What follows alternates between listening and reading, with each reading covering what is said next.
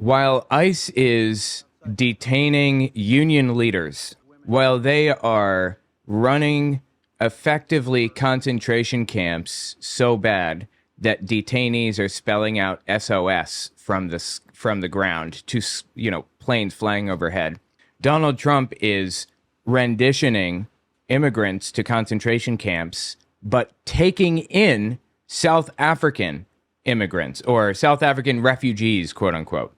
They claim that South Africans are being mistreated terribly. I mean, white South Africans are being mistreated terribly.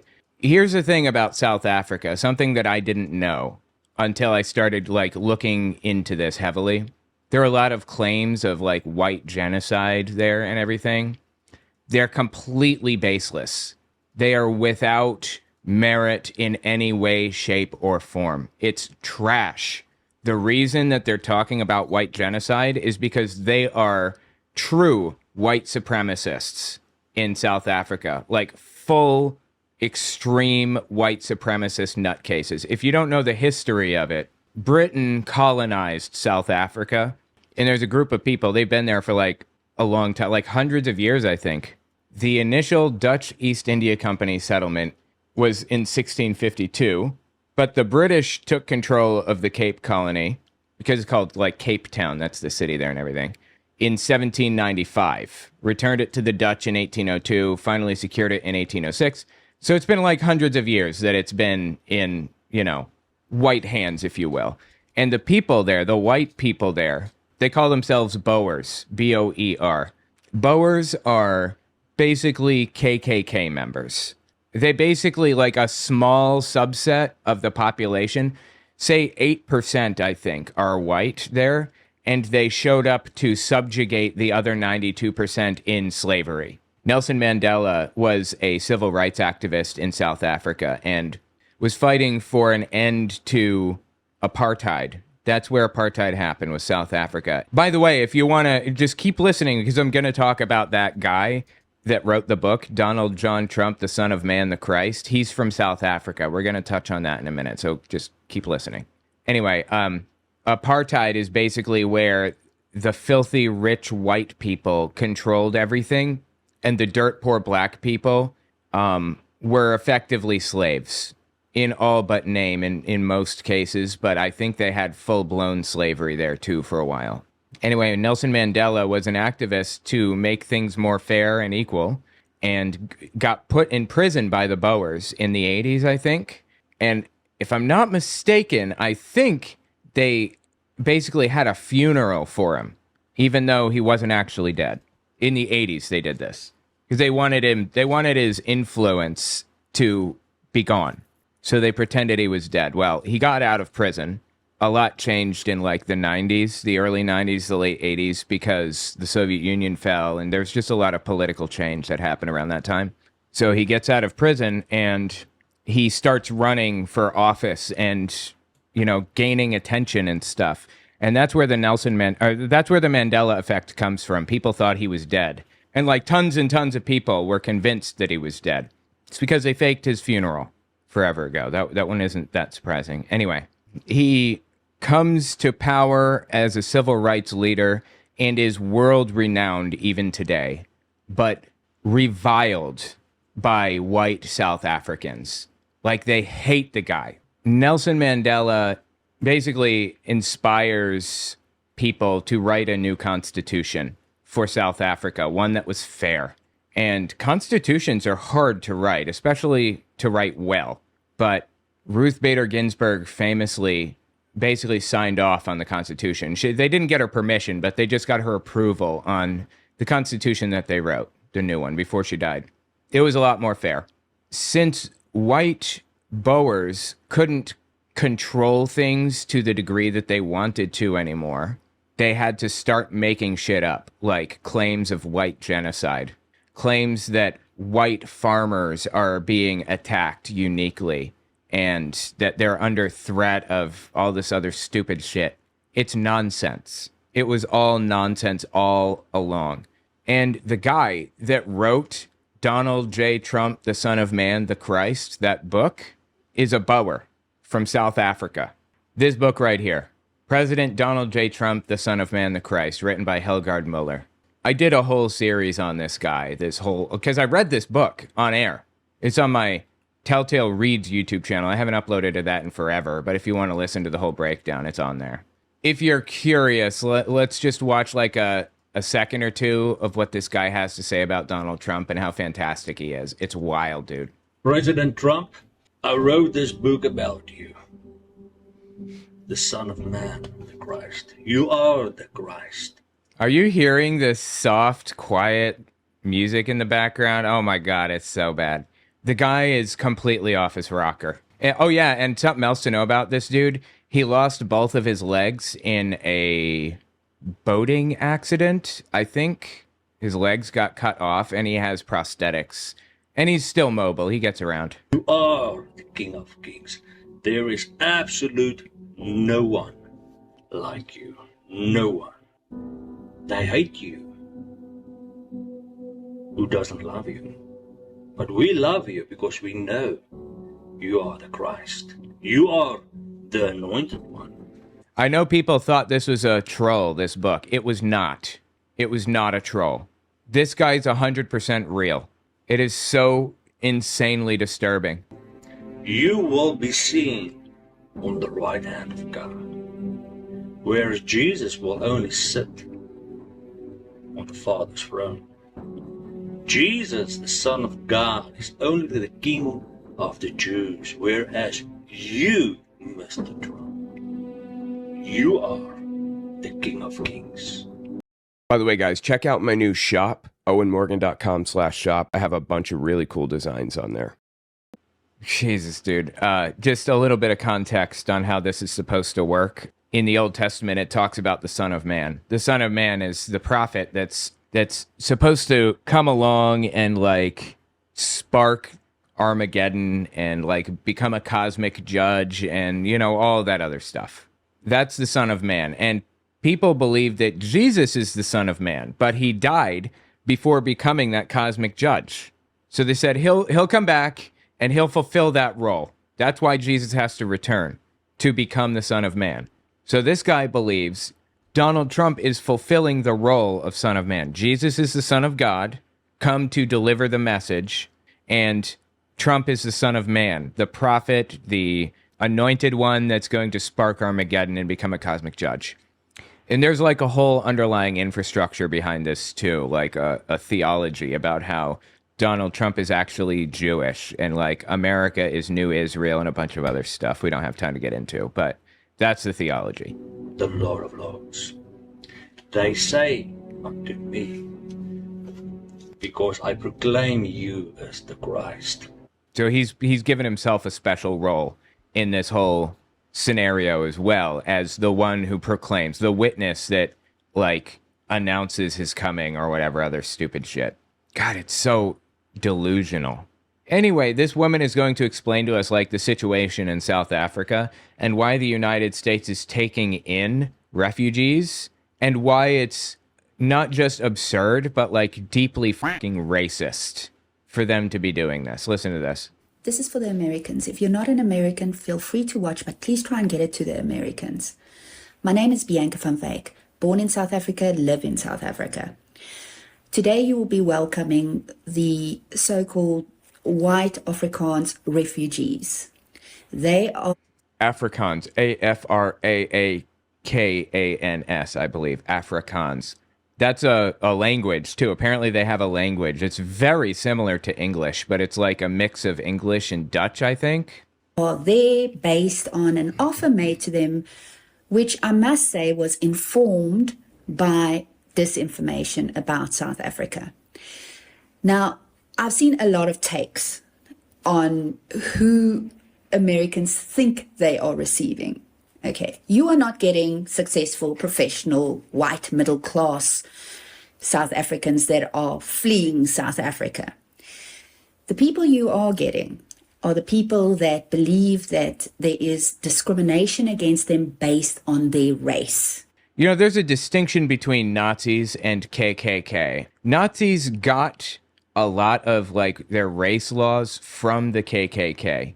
but they are kind of a distinct ideology in that, like, they're different people groups. They were inspired by different problems and different societies and cultural issues and all of that. For all intents and purposes, modern day KKK are Nazis.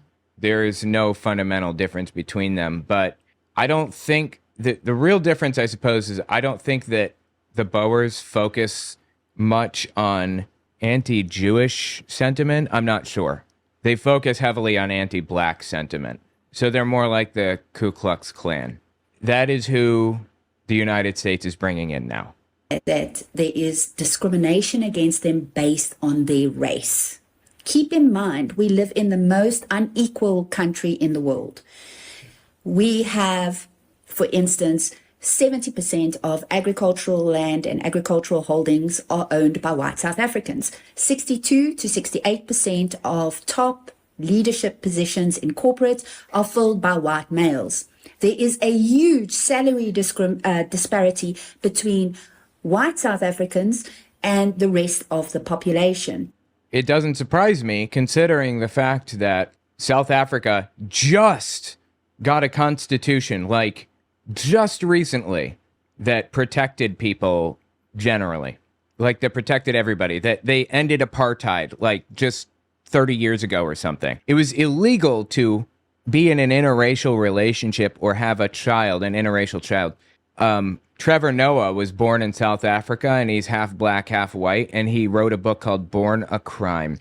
You'll go to fucking prison if you have a child as a white person with a black person, or vice versa. It's basically like if the KKK got what they wanted and, like, created a country specifically designed to be exactly what the KKK wants. That's what it's like. And there are a number of other indicators which shows you that this story of discrimination based on race is false. Another thing that I wanted to say is that you will get certain so-called refugees that have experienced crime. However, in South Africa, no one is exempt. These people that you are welcoming, I think there are like 54 people or something that are being welcomed as refugees of political violence against them by the United States. It's just, God, it's so fucking disgusting, dude, honestly. These people are the perpetrators. These people are the ones that are causing problems for everybody. And it's just, like, really vile. They're the ones that are, like, exacerbating racism and hate. There is no excuse for what's happening in the United States right now. It's just disgusting. Assume because they're white, they should not experience crime. The people most affected by crime in South Africa happen to be black people that live in poverty. So as you open your doors and welcome people, and you're going to get a lot of information and disinformation from these people, please do keep that in mind. Oh, I also would like to say all the best and good luck to the Americans. Thank you. Thank you for that. I appreciate it. I think we're a little past luck at this point. Anyway, that's the situation with the Boers, the South Africans. While Donald Trump is renditioning, like, South American refugees when he's sending them to concentration camps in El Salvador, we are accepting supposed white genocide victims. And the refugees, quote unquote, that are claiming white genocide over there are making this black and white and completely ignoring any nuance whatsoever and turning it into a black versus white thing. That's what's happening. This is an important issue to understand, I came to find, because Candace Owens talks about white genocide all the time. When people talk about white genocide, they're referring to South Africa. It's nonsense. It's complete nonsense. But it's a faraway land that we don't understand their political structure, so naturally it must be true. And we just take a quick glance at this article. This is on NBC. American officials welcomed a group of 59 white South Africans at Washington Dulles International Airport on Monday afternoon in a ceremony greeting them as refugees under the argument that they are fleeing discrimination and racially based violence in their home country. Like the woman said, they're not the only ones experiencing violence. Everybody is experiencing violence. You are, however, the only group that controls the top 8% of the economy and, has all of this shit. It's just a joke, man. And I wonder, I don't know, I have to wonder, are these people, the ones that are supposed refugees, are they filthy fucking rich? Are they actually destitute and mistreated, or are they some of the richest people in the country? I'm not sure. I couldn't even guess. The newly arrived people are from the ethnic minority of Afrikaners, the group of whites who ruled South Africa during apartheid. The dozens that came Monday, including families with young children, arrived via a flight chartered by the State Department. Their resettlement in the U.S. comes as the Trump administration has shut down refugee admissions from almost all other countries, including Afghanistan, Sudan, the Republic of Congo, and Myanmar. And you know what else? Again, I don't believe that these people, that anybody should be targeted with political violence. Full stop. They shouldn't. But this isn't a racist attack. It's not that they're white. They could have been purple, and it wouldn't have mattered. They still would have been targeted for this. It's not about being white or black. It's about being an oppressor in this situation, like a slave owner, effectively. The dozens that came Monday, including families with young children, arrived via a flight chartered by the State Department. Their resettlement in the U.S. comes as the Trump administration has shut down refugee admissions from almost all other countries, including Afghanistan, Sudan, the Republic of Congo, and Myanmar. And you know what? Let me just show you something. We've got boomers, this boomer dad. I talked about this previously. Listen to what this dude says. He's talking to his father. Well, do you think people should be able to seek asylum? Because one of these guys was doing that. You can't seek asylum. Why? Because we're not going to be home. You guys are missing the whole point. Policy has changed. We are no longer going to be the home for the dredges of the world. But don't you? When they say dredges of the world, it's kind of inherent in that statement that he believes that refugees of any sort are dredges of the world.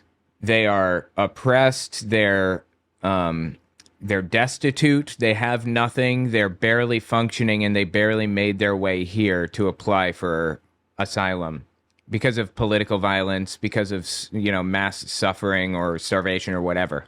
That is refugee status. That's what it is. That's what it's for. And I think it's pretty obvious that we should take care of people around the world. But this guy doesn't, before the South Africans were invited in as refugees, he was anti-refugee completely. Is he anti-refugee now? Does this hold true? Of course it doesn't. Because it wasn't about being anti-refugee. It was about being racist. And you know what? I'm not even convinced that this guy, this old boomer, I'm not convinced he is racist.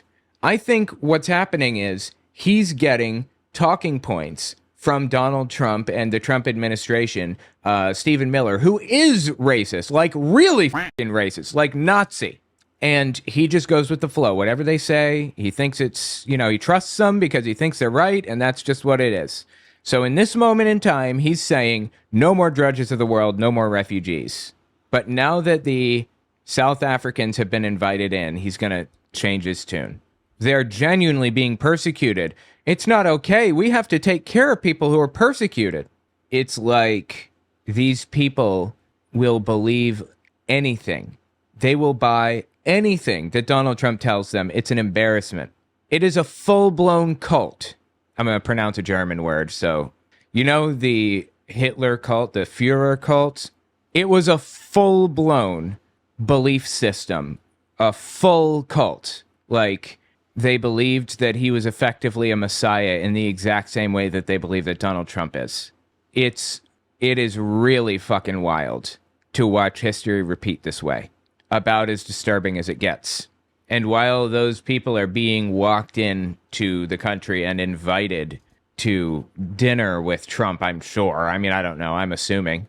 While they're being invited places and interviewed and given the red carpet, given the red carpet treatment, this is happening to other refugees.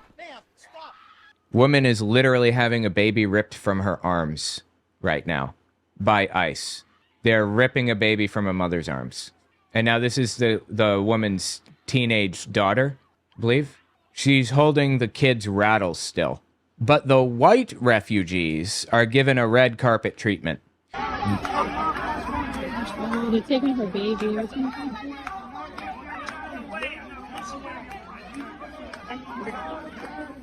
What have we become? What have we become as a country? What happened to us? How is this acceptable to literally anybody? The fact is, if people saw what was happening, the vast majority of the country, 80% of the country, if 80% of the country saw what was happening and knew that this is what was going on, I don't believe that they would be okay with this at all. I believe they'd be just as horrified by it as you and I are. Those people aren't paying any attention. They're just living their lives and doing their thing. At best, some of it kind of pierces through their little bubble. Those people don't know about this. They don't know what's happening. But Trump supporters are putting a concerted effort into either not talking about it or talking about it only in a positive light. So 20% of the country, in my personal opinion, would be okay with this if they actually knew what was going on, if they actually saw what was playing out, saw shit like this, a baby literally being ripped from a mother's arms. I think the only people that could possibly be okay with something like this are the most vile, dirty, low-down scumbags on planet Earth. I believe that statistically, Nazi numbers, like to determine how many Nazis there were in the country, historians have gauged it to be around 10 to 15%. I'm not completely convinced that it's as low as 10 to 15. When the Nazis lost and the Allies came in to purge the church rolls of pastors who were like effectively like Christian nationalists is what they wanted to be called. They were called the German Christians eventually. When they came in to purge the Christian nationalists, the Nazi leaders from the churches, it was upwards of 15%. So I believe that it's higher than 15%. I think that people started denying affiliation completely with Hitler, with Nazism, with anything after the war. So gauging it after the war is a little difficult. Also, there were 12 million denouncement records when they found them. 12 million pieces of paper out of like 60 million people or so. 12,500,000, I believe, denouncement records. And there were like 65 million people or somewhere in there. So we're talking 19%. 19%. I'm thinking Nazis made up about 20% of Germany, in my personal opinion. But, take that for what you will. I think that the Pareto principle probably applies here. The Pareto principle is where 80% of the bugs on like Windows 98 were reported by 20% of the population. 20% of the bugs reported by 80% of the population. It's called the 80-20 rule. And it's just a general trend that researchers have found in a lot of shit. 80% of the pea pods hold 20% of the peas. I believe that's where the phrase came from, the Pareto principle. I think 20% of Germany in the 30s were Nazis, 80% were not. I think 20%, give or take, were directly opposed to Nazism, and 80% were not. And the other 60% who were not directly invested in one way or another, in my personal opinion, they probably leaned one way or another, but for the most part were just living their lives and not really paying close attention to anything, that if I had to guess. And I think it's about the same in the United States. That's my point.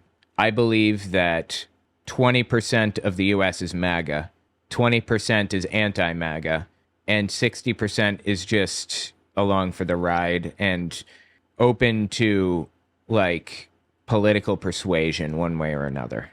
So I think if 80% of the country saw what was happening in this, Donald Trump would never get another vote from them, ever, because he's making this happen. It's just piercing that bubble. It's getting it through to them. It's communicating it. And you know that 60% who's paying no attention really on the left or the right, they're hearing, oh, wow, refugees came from South Africa because they're being mistreated. Well, we got to take care of people, right? And then they're hearing about people, you know, coming in like and committing crimes and shit. They're just hearing pieces of this story. And the pieces that they're being given, everybody could agree with it. Yeah, get criminals out, of course. Yeah, we should be taking care of people if they're being mistreated or oppressed, including white people if they're being subjected to like white genocide. It's just the things that they're saying are not true is the problem. It's all lies all the way down, all of it. Anyway, that has kind of been the strategy of the far right, and it's working, unfortunately. We've got to pierce that bubble. We've got to find a way to get through to that 60% who doesn't have anything to do with politics in their everyday life. They're totally uninvolved, who are otherwise just living their lives. We've got to pierce the bubble. Anyway, tell me what you think about it in the comments.